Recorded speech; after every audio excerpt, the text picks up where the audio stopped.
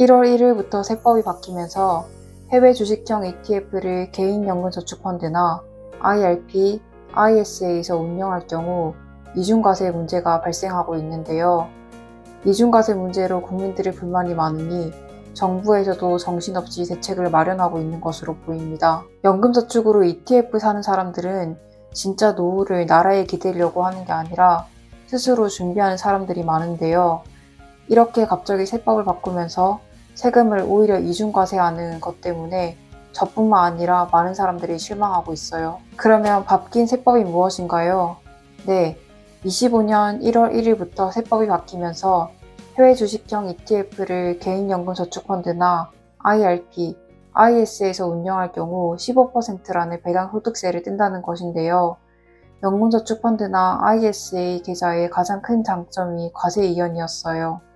예전에는 연금저축펀드를 운영할 때는 배당소득세에 대해서 세금 내는 것을 밀어주고 연금을 찾을 때 낮은 세율 3.3에서 5.5%만 부과하였는데요. 이제는 해외 주식형 ETF를 연금저축펀드에서 운영할 경우 배당을 받을 때 배당소득세를 내게 하고 추후에 연금 찾을 때 한 번 더 세금을 부과한다는 것이에요. 즉, 배당받은 금액에 대해서는 세금을 2번이나 내야 된다는 문제가 발생하게 돼요. 마찬가지로 ISA 계좌에서도 이전에는 ISA를 운영할 때 배당소득세에 내는 세금을 밀어주고 ISA를 인출할 때 9.9%라는 낮은 세율로 과세를 했지만 이제는 배당소득세도 내게 하고 추후에 ISA 인출할 때도 세금을 한 번 더 부과한다는 것이에요.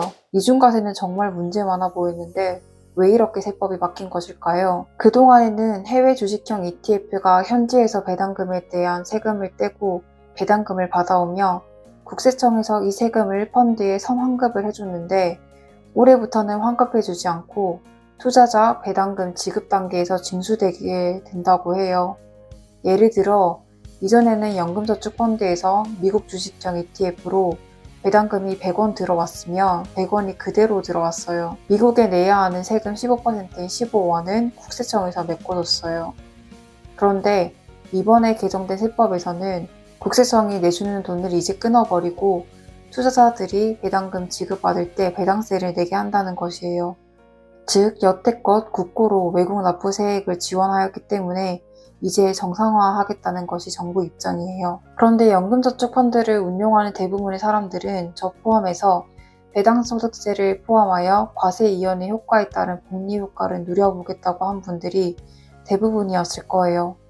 국가가 약속한 제도이니 더 믿고 열심히 챙기기도 했고요.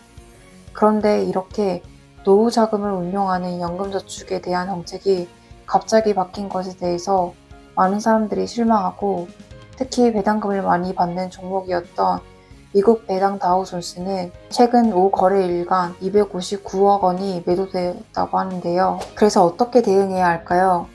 정부가 뒤늦게 이중과세 문제를 인지하고 대안을 찾고 있는데요. ISA 경우에는 ISA 만기 시점에 투자자가 내야 할 세금에서 외국에서 납부한 세금을 공제해서 이중과세 문제를 해결한다고 합니다. 그리고 7월부터 적용한다고 해요.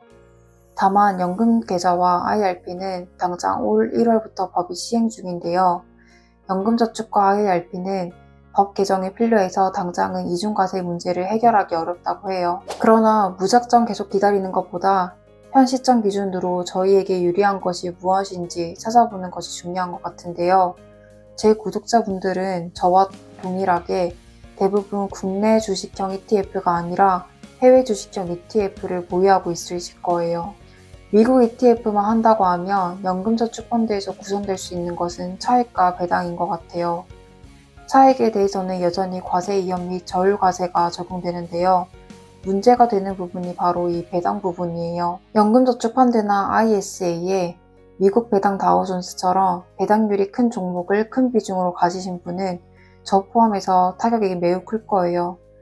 다른 유튜버 분들이나 미국 주식으로 유명한 분들을 참고하면 이제 연금저축펀드나 ISA에서는 미국 배당 다우존스를 사지 않고 미국 해외 직접 투자만 하시려고 하시더라고요. 저는 연금저축펀드에서 S&P 500, 나스닥 100, 다우존스를 1대1대1 비중으로 가지고 있고 연금 수령할 나이인 만 55세의 즈음에는 다우존스를 100% 비중으로 가져가려고 했어요. 그리고 그 배당금만으로 노후 생활비를 마련하려고 했죠.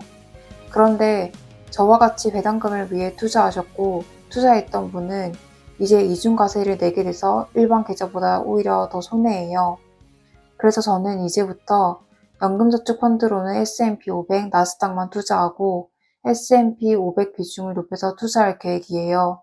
아무래도 나스닥 100은 변동성이 커서 시장지수를 따르는 S&P 500을 큰 비중으로 꾸준히 모아갈 생각인데요. 아직까지 연말정산 세액공제 혜택과 차익에 대해서는 과세 이연이 되니 정부의 정책 변화 모니터링을 꾸준히 하며 일단은 계속 투자하려고 해요. 최소한의 안정감은 경제적 실행력에서 이루어지더라고요.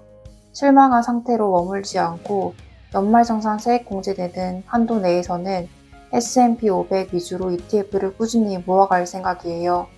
다만 배당금 관련해서는 이중과세 문제에 대해서 정부에서 속히 개선해 주었으면 해요. 여러분들도 배당 위주로 연금저축펀드가 이루어져 있다면 이번에 한 번 더 신중하게 고민해 보시는 걸 추천드려요. 앞으로 이렇게 제가 공부하고 실질적으로 도움된 재테크나 절약 방법을 공유해 드리려고 해요.